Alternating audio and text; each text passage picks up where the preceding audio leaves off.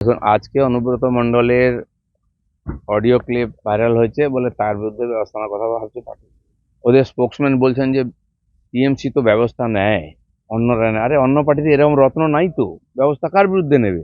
আপনারা এরকম রত্ন তৈরি করেছেন ডজন ডজন, আর সাধারণ মানুষ সেটা দেখছে, এক্সপোজ হয়ে যায়।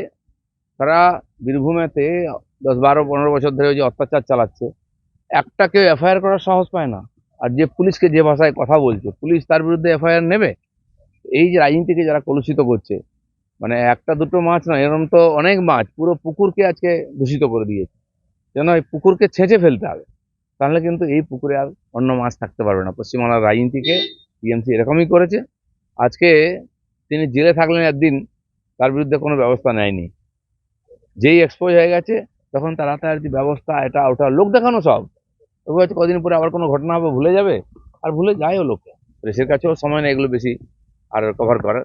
তো সব চাপা পড়ে যাবে, কারণ এই লোকগুলো ছাড়া টিএমসি চলবে না, এরাই টিএমসি। মানে আজকে থানায় যাবেন বলছেন। এই থানায় গেলেন না গেলেন, কি করে দেবে পুলিশ? যে পুলিশকে এই ভাষায় উনি কথা বলেন, যে পুলিশের দম আছে একটা এফআইআর করতে, একটা কথা বলতে?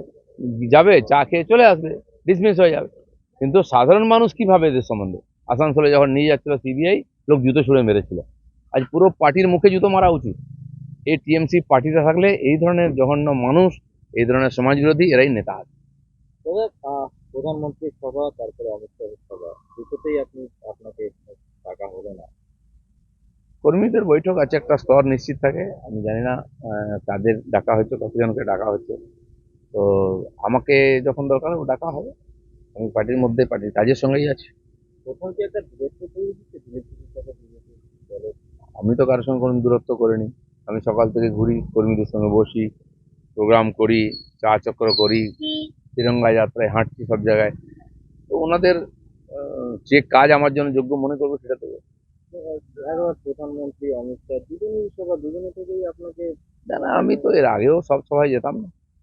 কোর কমিটির মিটিং হলে আমাকে ডাকা হয়, যাই। হ্যাঁ, এরকম কর্মী বৈঠকে আগে ডাকা হয়েছে। এবারে কাদের ডাকা হয়েছে, কি উদ্দেশ্যে ডাকা হয়েছে, পার্টির সংগঠন গঠনতন্ত্র এখনো চলছে। জেলা কমিটি হয়নি, অনেক মন্ডল কমিটি হয়নি, রাজ্য কমিটি নতুন করে হবে শুনছি, সেটাও হয়নি। এই অবস্থায় এই ধরনের কার্যকর্তা বৈঠক হচ্ছে। তো যারা পদাধিকারী হয়েছেন নতুন, হয়তো তাদেরকে ডাকা হয়েছে।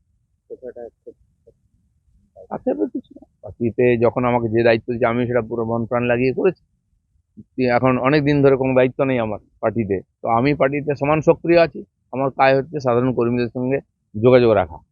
যারা আমাকে দেখে পার্টিতে এসেছেন হাজার হাজার লোক, আমি সম্ভবত কোনো রকম ফর্মালিটি ছাড়াই তাদের সঙ্গে গিয়ে দেখা করব।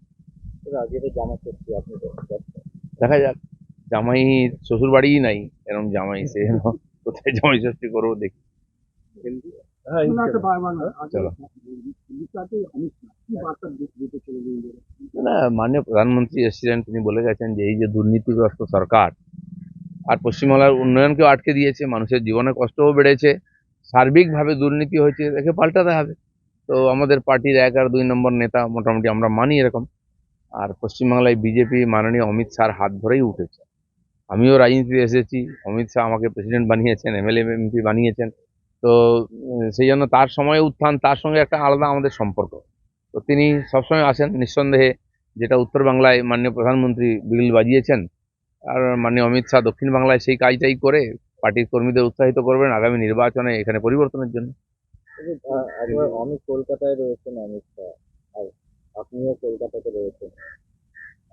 না, কলকাতায় রয়েছেন কি, আর যখন আমি সভাপতি ছিলাম ওনার সঙ্গে থাকতাম, পার্টির প্রোটোকল অনুযায়ী যেতাম।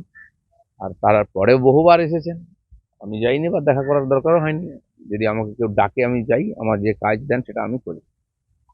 চলো।